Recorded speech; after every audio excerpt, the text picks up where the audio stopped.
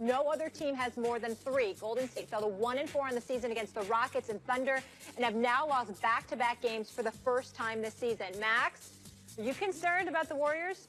I am, but no more concerned today than I was yesterday or last week or a couple of weeks ago or since the Rockets went on, what was it, the 12-0 run when they had Harden and Chris Paul in the lineup and were smoking teams, were Harlem Globetrottering the NBA like the Warriors used to. When I saw that, I thought, that is a real threat. The Rockets, this Chris Paul, James Harden pairing and the rise of Clint Capella and how he matches up with Pachulia and the way they're all playing and the way D'Antoni's coaching and the way Chris Paul is taking charge of the defense, this is a real external threat to the Warriors. In other words, when we talk about the Cavs, we talk all about they're imploding. So now you look at Boston, you look at Toronto, you look at all these other teams, maybe even Washington if they could get it together, though I doubt it. In the West, it's not the same sort of thing. It's not about the Warriors clicking on all cylinders and then there's nothing to worry about. Even if they're clicking on all cylinders, there is something to worry about, and that is the Houston Rockets. The Houston Rockets and the Golden State Warriors in these Western Conference Finals are going to be the thriller in Manila, Stephen A. It's going to be Ali and Frazier, and they will slug it out. Well, I don't disagree with you about how formidable Houston is. I've also added OKC to that list because I don't know if anybody has noticed, but Paul George has gotten better and better and better every single month. He dropped 38 last night. They had no answer for him. He was schooling brothers. It was something special that was taking place, and it actually worked to their advantage that Carmelo Anthony went down with just 6 minutes. He had missed his first 4 shots. Knowing him, he would have kept shooting, and we don't know how that would have affected Paul George's performance on that particular night. Houston is very formidable.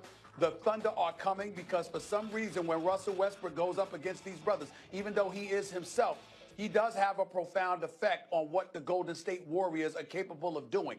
Golden State, think about it this way. I expect Klay Thompson to play a little bit better, Kevin Durant to take more shots than just 14, certainly for Steph Curry to play better, and Draymond Green's got to watch himself with those technical fouls. We get all of that. But, Max, the Houston Rockets are not the biggest reason why the Warriors need to be concerned.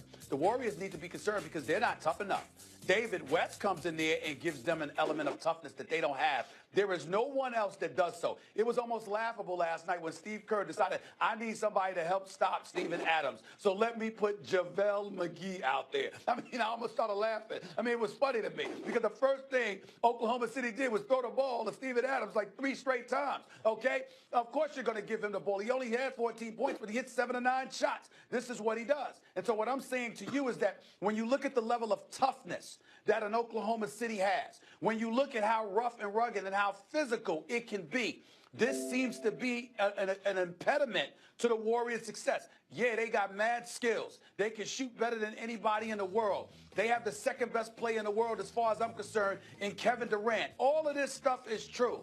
But when you get physical with them and the calls are not there in abundance like they like it to, suddenly there is a problem. Well, and that's what you got to watch out for because they get physical basketball, with the refs. It gets a little bit slower. Come playoff basketball is a little bit more physicality, Max, allowed in playoff basketball. And you're going to find yourself with the Warriors finding out how interesting it's going to be because a lot of it is going to be contingent on what the referees call and what they let go. And that is the concern that you need to watch out Molly, for. is there time to respond to that or no? Yeah, go ahead. And I also want to Max. hear, Max, if you can get into it, why they're having all these ejections. What's the deal?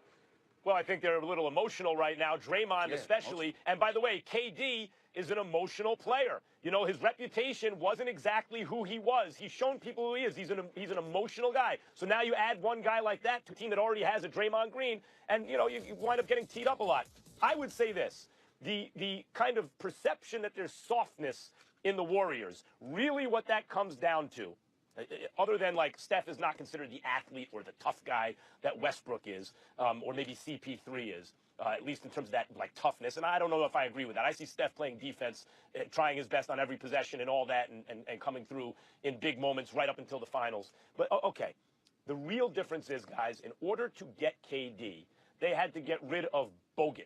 And what that meant was they don't have a rim protector like they used to. Now, no one in their right mind would ever say, no, keep Bogut, don't get KD. So we all agree that's a net gain for them, a huge one. One of the, a nice defensive player versus one of the greatest players who ever lived, who's also an excellent defender. But there are trade-offs. You lose something. And a team that can post up, has a certain matchup advantage with the Warriors. It doesn't mean they're better than the Warriors. It doesn't mean the Warriors aren't better now with KD instead of Bogut, but no team is perfect. And I wouldn't say it's an overall toughness if they don't get the calls issue. I would say there's not a guy like Andrew Bogut on the team issue. Sure, that is something that another team could exploit. Well, I got to tell you this, Max. It's like, I get where you're coming from. I appreciate you breaking that down because, look, you bring up Andrew Bogut. David West is physical, but this is the problem. You've won 2 out of the last 3 championships. Cats are tired of getting smoked by you. And so as a result, listen, when you're on a basketball court, all right, and somebody is better than you, but you're bigger and stronger than them, what do? You try and beat them up. You try to demoralize them. You try to take them out of their game. This is why you got 34 technical fouls on the part of the Golden State Warriors, because cats are coming at them. The referees can't call everything. As a result, the calls that they miss, guys like Kevin Durant, Draymond Green, and others get emotional, and as a result, you see what happens. And so and you got to also remember that Draymond Green is undersized. This is a guy that has overachieved throughout his career. He's not some 7'1" Goliath. Draymond Green's about 6'8". He's out there defending centers. He's down there battling and grinding all the time. So he's looking for help, for assistance from the officials. Sometimes he gets it. Sometimes he doesn't. Sometimes the Warriors are so sensational, you see referees out there playing the role of spectators, marveling at what they're witnessing and watching that instead of calling the calls that they should be calling from time to time. When that happens and you miss out on it because everybody's bringing their A game in terms of effort, trying to come at you to knock you off your pedestal, they get physical with them. Golden State doesn't like that. Kevin Durant is great. We see how skinny he is. Steph Curry is great. We see how small he is. Draymond Green is undersized. And so when you look at it from that perspective, it's like, damn, people going to look at you and say, yeah, you got skills, but how you going to feel when I put this forearm in your chest? Rudy or in your Gobert neck, is not or on I that slap team. you on. That's the problem. That's your problem, and they're going to have to learn how to deal with that. They're less than perfect. I still say their threat is a Houston Rockets team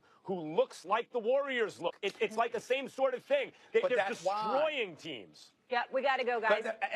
Hold on. The only thing I want to say is, Max, the only reason I disagree is because Houston plays their game. They don't play that physical game. So they don't have to worry about what I just broke down against Houston. Right. And the Warriors have more talent if you stack it off. I'm just saying that's the threat.